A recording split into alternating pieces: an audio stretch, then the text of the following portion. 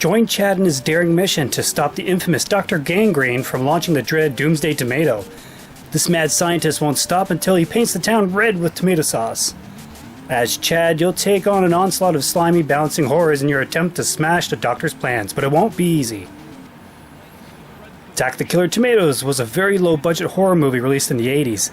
The NES game is based off the short-lived cartoon show that aired on Fox Kids in the early 90s.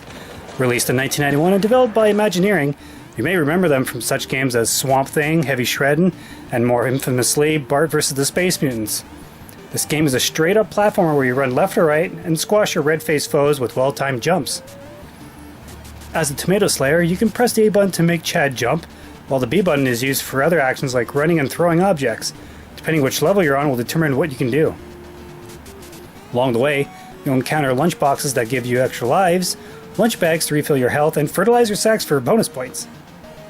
Chad has 6 bars of energy, 3 lives, and 2 extra continues to get through 5 levels in order to see the end. And you may need those extra continues in the beginning because it takes a little time to get the feel of this game. Your jumps are slippery and there's lots of baddies around every corner wanting to waste you, so you'll be taking a lot of cheap hits, like a lot. But if you're familiar with any of the NES Simpsons games, you'll feel right at home. I ran into a couple of tricky spots during my playthrough, namely the 3rd stage, the Tomato Factory. You have giant tomatoes, flying robots, conveyor belts to navigate, with an electrical guardian that constantly follows you around in the ductwork above. On top of that, you'll need to find and flip switches that'll reverse gravity so you can find a secret room and escape. It was quite the pain to figure out that little maze, let me tell you. Waste lots of extra lives there. Another frustrating part was the sewer boss fight. What you have to do is throw tomatoes at the organ pipes to stop them from attacking you. Aiming my shots at each pipe was kind of tricky. It seemed totally random where the throw was going to end up most of the time. And if you have 1 bar of health left and you're on the last pipe, forget about it.